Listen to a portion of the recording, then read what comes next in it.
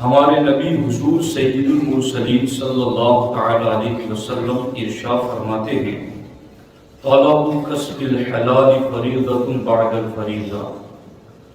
اللہ کے رسول علیہ الصلوۃ والسلام کے اس ارشاد کا ترجمہ یہ ہے کہ حلال روزی کمانا دیگر فرائض کی طرح ایک فرض ہے۔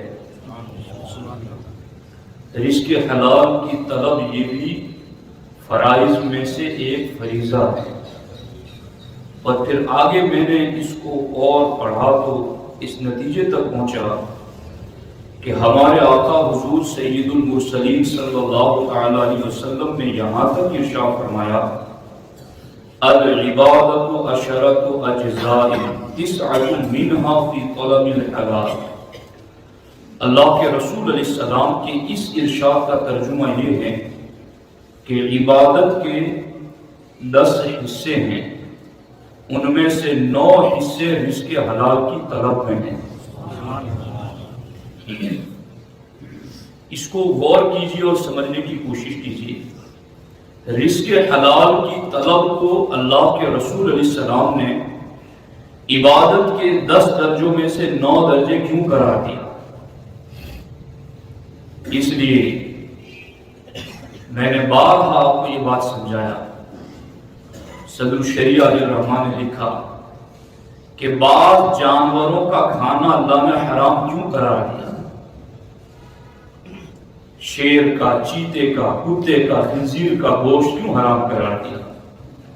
اس کی ایک وجہ یہ ہے کہ انسان جب گوشت کھاتا ہے تو صرف پیٹ نہیں بھرتا، بلکہ جس جانور کا گوشت کھاتا ہے اس کی کچھ عادتیں بھی انسان کے اندر منتقل ہو جاتی ہیں۔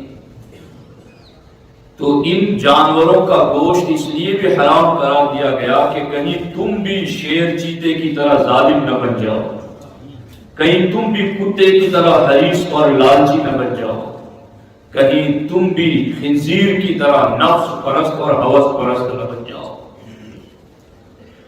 تو رزق حرام انسان کی عادتوں پر اثر ڈالتا ہے۔ آنکھوں کی بے حیائی، زبان کی بے لگامی، پاؤں ہاتھ جسم کا زنا، یہ یوں ہی تو نہیں ہوتا، یہ لقموں کا بھی اثر ہوتا ہے۔